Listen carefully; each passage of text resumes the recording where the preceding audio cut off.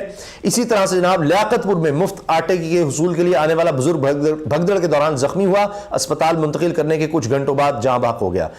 یہاں پر یہ حالات ہیں آپ یہ دیکھیے، اور یہی خبریں اس وقت ہر طرف ہیں کہ کیا ہوا جناب.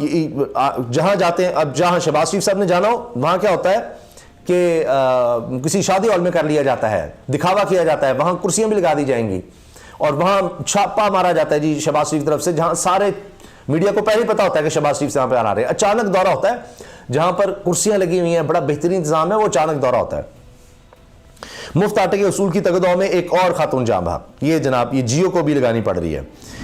اب ہر طرف اس طرح سے خبریں ہیں. اب آ جائیے جناب مریم نواز صاحبہ کے اثاثوں کی تفصیلات سنیے آپ.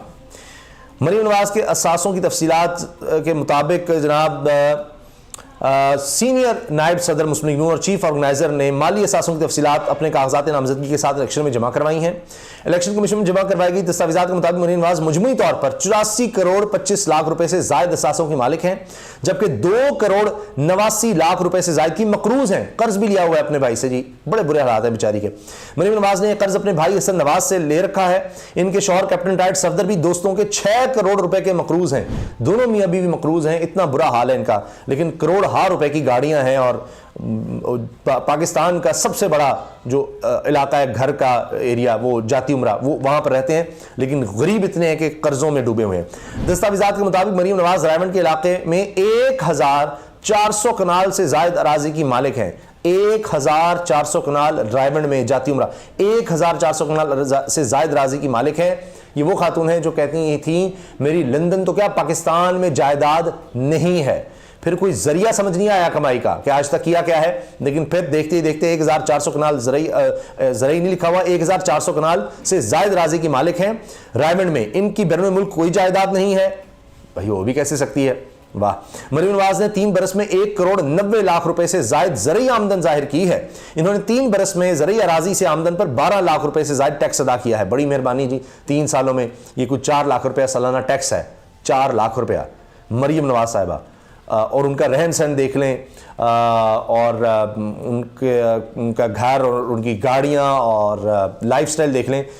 سالانہ 4 لاکھ ٹیکس، یہ پچھلے 3 سال کا، اس سے پیچھے جائیے گا بھی نہیں.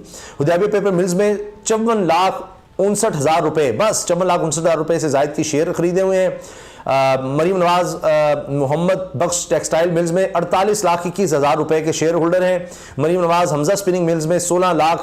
جنید پولٹری فارمز میں، اچھا جنید خیال بن بیٹے کا نام بھی ہے تو شاید ان کے نام پر ہوگا، خیر جنید پولٹری فارمز میں 90,000 روپے مالیت شیئرز کی مالک ہے. 90,000 کے مالیت کے شیئرز وہاں بھی رکھے ہوئے ہیں. بہرحال کیا گھورت دھندا ہے ویسے. دستاویزات کے مطابق چیف آرگنائزر مسلم لیگ نون کے پاس اپنی ذاتی گاڑی نہیں. مریم نواز کے بینک اکاؤنٹس میں صرف 78 لاکھ روپے سے زائد کی رقم موجود ہے. ذاتی گاڑی تو بیچاری کی کوئی ہے ہی نہیں. مریم نواز نے کاغذات نامزدگی میں تعلیمی قابلیت ایم اے انگلش لٹریچر ظاہر کی ہے. مریم نواز صاحبہ دیکھیں کیا حال ہے، ان کی پاس ذاتی گاڑی بھی نہیں ہے اپنی، کیا کہا جائے. اچھا جی، ایک اور خبر میں آپ کو سے شیئر کرنا چاہ رہا ہوں. توشہ خانہ کیس میں عمران خان کی حاضری فائل گم کرنے والے پولیس افسر کو فارغ کر دیا گیا، ان کا بلوچستان تبادلہ کر دیا گیا ہے. یہ جناب ان کے ساتھ بھی ہوا ہے. وہ جو کہتے تھے بلوچستان عمران خان کو لے کر جائیں گے، انہوں نے اپنے ہی افسر کا بلوچستان تبادلہ کر دیا کیونکہ اس نے فائل ہی گم کر دی. اچھا، اس کے ساتھ جناب اب آپ سن لیجئے توشہ خانہ کا جو معاملہ ہے اس میں کیا کیا چیزیں سامنے آنے والی ہیں.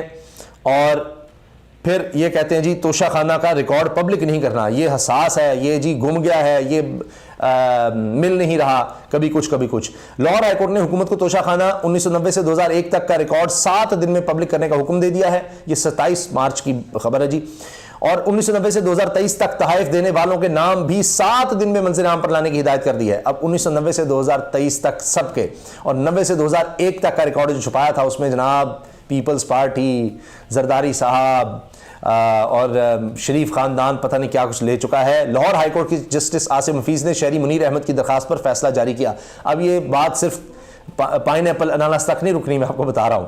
عدالت نے ہدایت کی کہ عدالتی حکم کی مصدقہ نقل کے 7 یوم میں توشہ خانہ کا ریکارڈ پبلک کیا جائے. اب وہ ظاہر ہے فیصلہ آ گیا ہے تو 7 دن کے اندر کرنا ہے. تو یہ اب مزید 5 دن کے بعد ان کو کرنا پڑے گا. اور 1990 سے 23 مارچ 2023 تک تحائف دینے والوں کے نام بھی 7 یوم میں عام کیے جائیں. عدالت نے لکھا کہ تحائف کی ملکیت حکومت کے پاس ہوتی ہے. یہ تب تک حکومت کے پاس ہوتے ہیں جب تک انہیں لینے کا طریقہ اختیار نہ کیا جائے. تحائف چھپانا یا اس کی قیمت ادا نہ کرنا غلطی ہے جو خرابی کی رغبت دیتی ہے. توقع کی جاتی ہے کہ جنہوں نے تحائف لیے وہ رضاکارانہ طور پر اسے ڈکلیئر کریں گے. ایسا نہ کرنے والوں کے خلاف فوجداری ایکشن ہو سکتا ہے. فوجداری یہ چھپائے ہوئے ہیں جنہوں نے ادھر ادھر کر دیے, پتہ نہیں کیا کچھ بیچ چکے ہیں, سب بتائیں. نہیں بتائیں گے تو پھر آپ کے خلاف کارروائی ہو سکتی ہے, کیس بن سکتا ہے, مقدمہ بن سکتا ہے, جیل بھی ہو سکتی ہے.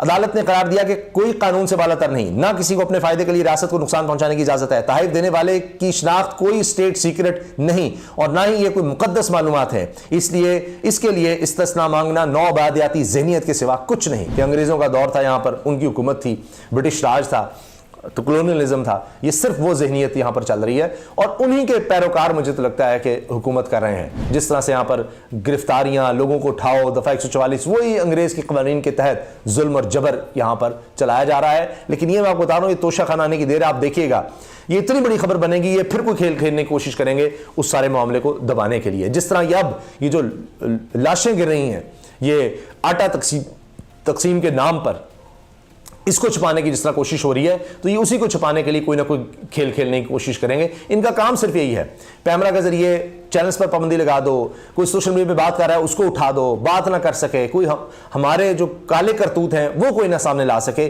یہ اصل سارا دن اب سارا وقت اس پر گزرتا ہے. اور عمران خان, بس کہ اس کو کس طرح قابو کرنا ہے. پوری پارلیمنٹ جو ہے وہ یہ کام پر لگا دی انہوں نے, کوئی اور کام نہیں ہو رہا. یہ جناب خبریں چھپاؤ, عمران خان کو گھیرا ڈالو, بس. اب وہ کیونکہ لگ رہا ہے کہ سپریم کورٹ آئین کے ساتھ کھڑی ہو رہی ہے, الیکشنز کا کہہ رہی ہے, عوام کے حق کا کہہ رہی ہے, اب اس کے خلاف ہو جاؤ. اس کے علاوہ ان کو کوئی اور پیغام نہیں ہے. اللہ حافظ.